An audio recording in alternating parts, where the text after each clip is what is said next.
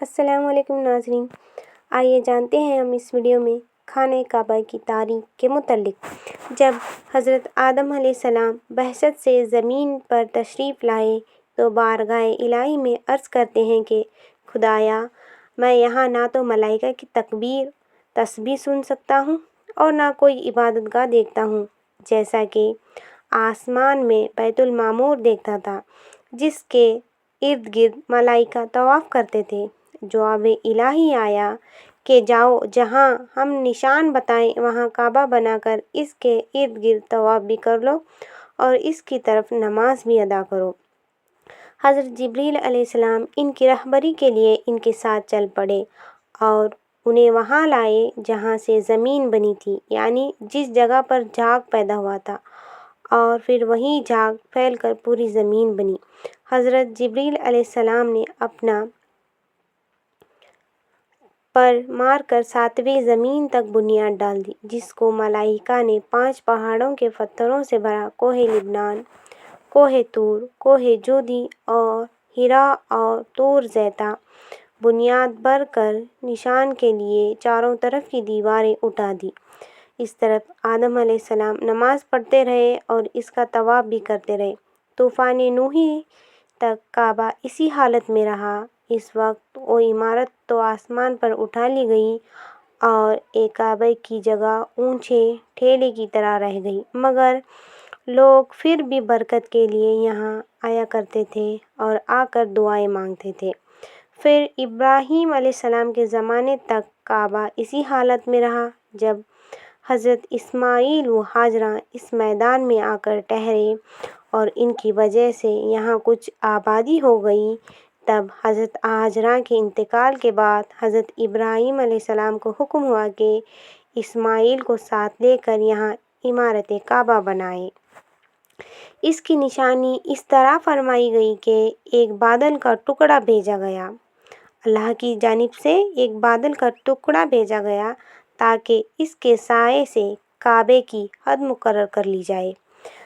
حضرت جبریل علیہ السلام نے اس سائے کی مقدار خط کھینچا اور ابراہیم علیہ السلام نے اس خطے پر زمین یہاں تک کہ کھودی کہ بنیاد آدم نمودار ہو گئی اور اس بنیاد پر عمارت بنائی گئی۔ اس کی بلندی 9 ہاتھ اور رکن اسود سے رکن شامی تک کی دیوار 33 ہاتھ اور رکن شامی سے رکن غربی تک کی دیوار 22 ہاتھ اور رکن غربی سے رکن یمانی تک 31 ہاتھ 31 ہاتھ، رکن یمانی سے پھر رکن اسود تک 20 ہاتھ۔ لہٰذا اس وقت ایک کعبہ مستطیل کی شکل تھا۔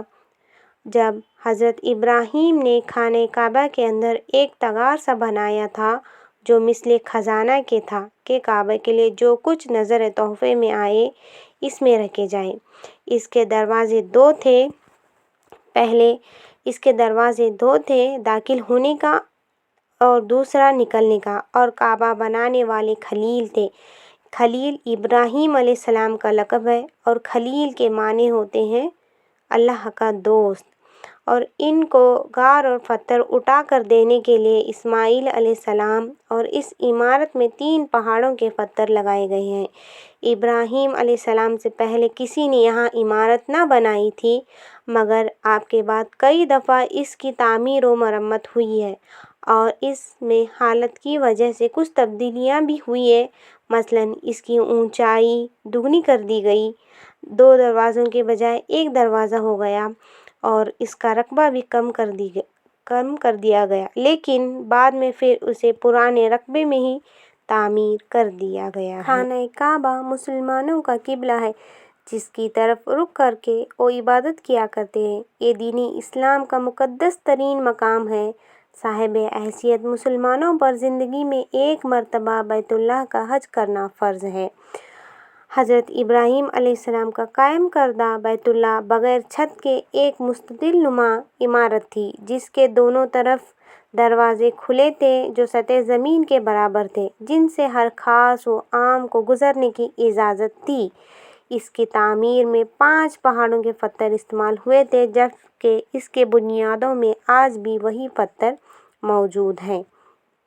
جو حضرت ابراہیم علیہ السلام نے رکھے تھے۔ خانہ خدا کا یہ انداز صدیوں تک رہا۔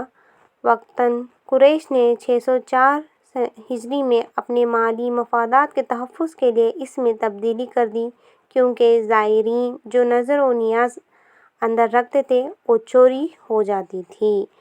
قریش نے بیت اللہ کے شمال کی طرف 3 ہاتھ جگہ چھوڑ کر عمارت کو مکعب نما یعنی خانہ کعبہ بنا دیا تھا۔ وجہ یہ بتائی جاتی ہے کہ روپے پیسے کی کمی تھی، کیونکہ حق و حلال کی کمائی سے بیت اللہ کی تعمیر کرنی تھی اور کمائی غالباً ہر دور میں کم رہی ہے، لیکن انہوں نے اس پر چھت بھی ڈال دی تاکہ اوپر سے بھی محفوظ رہے۔ مغربی دروازہ بند کر دیا گیا، جبکہ مشرقی دروازے کو زمین سے اتنا اونچا کر دیا گیا کہ صرف خاص ہی قریش کی اجازت سے اندر جا سکے۔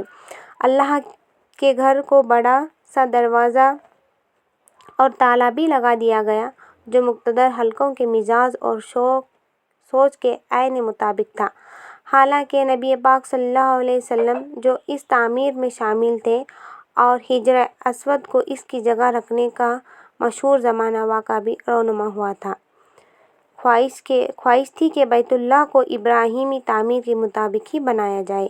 حضرت عبداللہ بن زبیر رضی اللہ تعالیٰ عنہ جو حضرت عائشہ رضی اللہ تعالیٰ عنہ کے بھانجے تھے اور امام حسین رضی اللہ تعالیٰ عنہ کی شہادت کے بطور احتجاج یزید بن معاویہ سے بغاوت کرتے ہوئے مکہ میں اپنی خود مختاری کا اعلان کیا تھا، نبی پاک صلی اللہ علیہ وسلم کی خواہش کا احترام کرتے ہوئے بیت اللہ کو دوبارہ ابراہیمی طرز پر تعمیر کروایا تھا۔